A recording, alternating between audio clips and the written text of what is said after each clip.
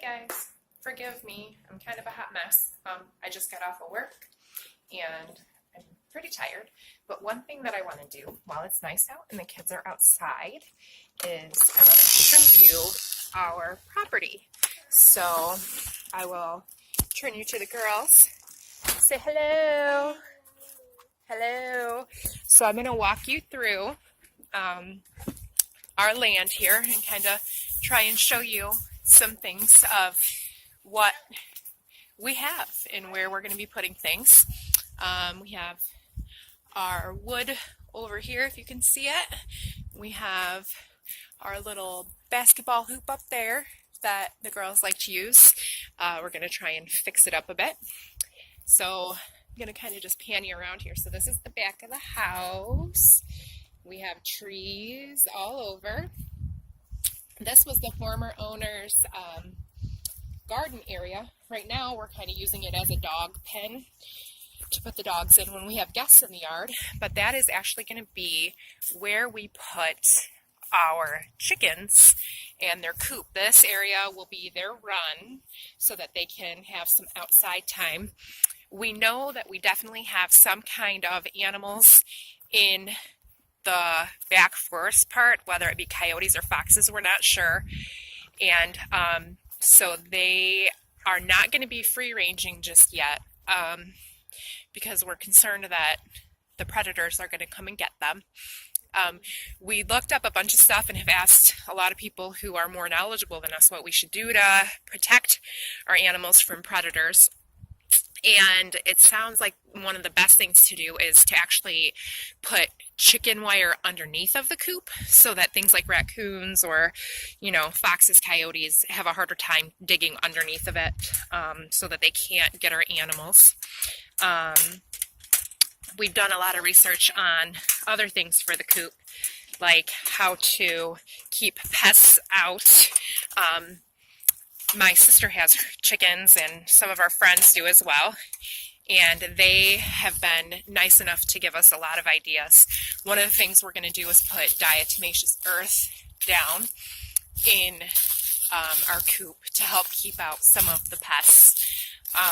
Another thing that we learned is that grown chickens, even in our frigid temperatures, aren't going to need heat. They actually should be fine because of their, when they get their adult feathers, and it'll keep them warm enough. But one thing that we can do is to put Vaseline on their legs and such so that they don't get frostbite. It will help with that. If we feel that they need heat, we'll put some in there. And they need to have a water heater or their water will freeze. But you can just change it regularly and that won't be an issue. So we're still debating on whether or not we're going to heat their water. We have some time to figure it out because it's getting to be warmer here now. By warm, it's 40 some degrees today, and to us that's a heat wave right now. I'm going to show you guys. So this is the back part of our yard. It is pretty big, and we actually have woods as well. Our full yard is fenced in, but a couple of trees came down back here on the farm fencing. So we keep the dogs in the front so that they don't escape. They've already escaped just from that part of the yard that they're allowed in. Guinness has anyways. And so we are waiting until we can get back here and get some of these trees hauled out. We're actually going to be going to get a lawn tractor that will help us. We found an old trailer back here in our woods that we didn't even know was here, and we're going to try and fix that up to use to haul things out. I'm going to kind of pan around here and show you the woods of our property. This is just part of it.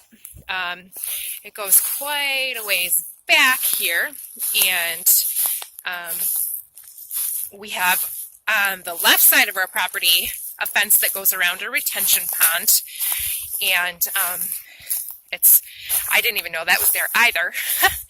We were walking straight back when we looked at the house, so we never really saw what was on the sides of the yard.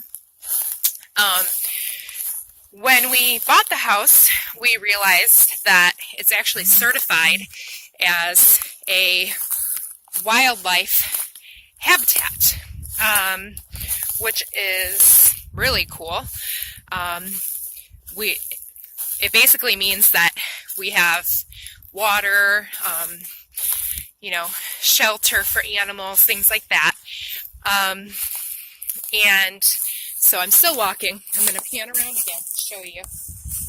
This is our property back here. And it comes all the way back here, where we actually back up to someone else's property. So we don't have anybody directly behind us. To the left of us are businesses that are very quiet. There's a lot of space between us and them. Like I said, a retention pond. And to the right of us, we do have a neighbor. He's very nice from what we know so far. And he grew up on farmland. So he's very excited for us to be homesteading. This is where our fence line ends. As you can see, we have a lot of property here. We want to get a couple of goats.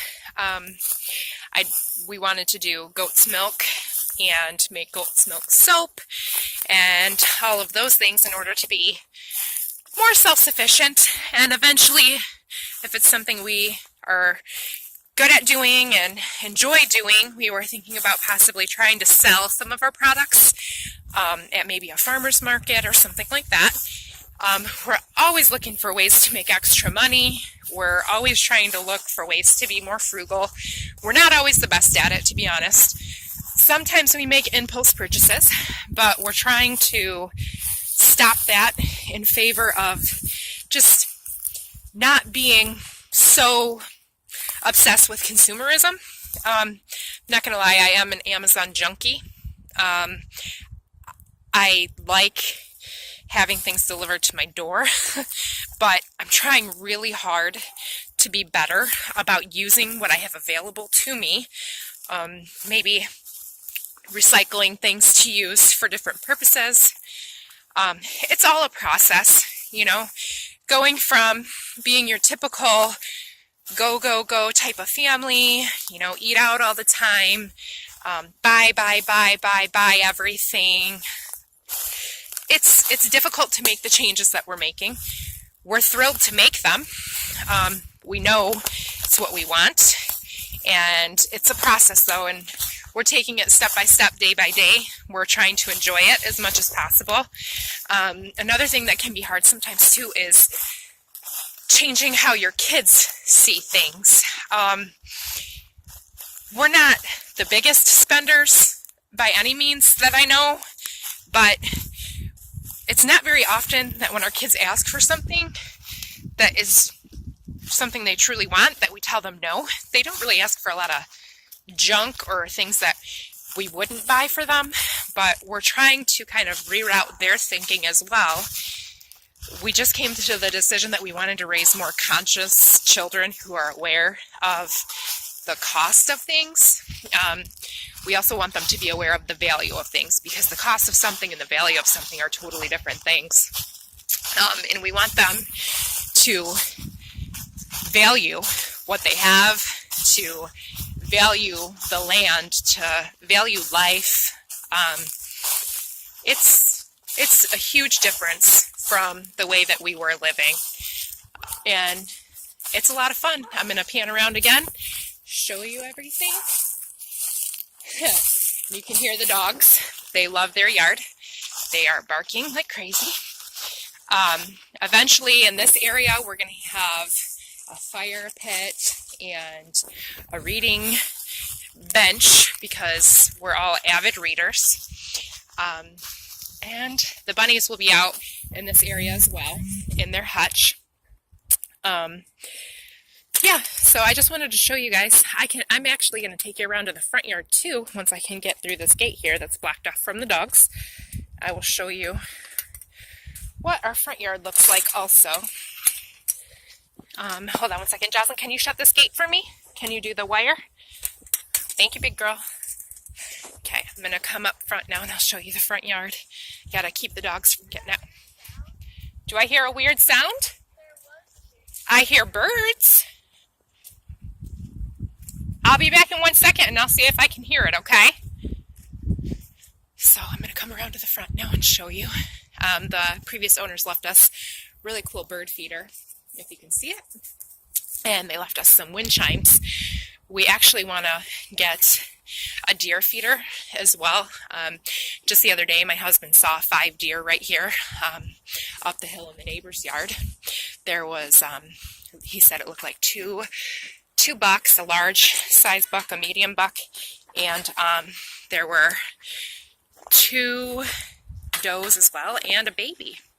So we really want to get a feeder for them and welcome them into our yard, because that would be really a cool thing to see in the mornings. Okay, so I'm coming out now. This is our front area of the house, if you can see.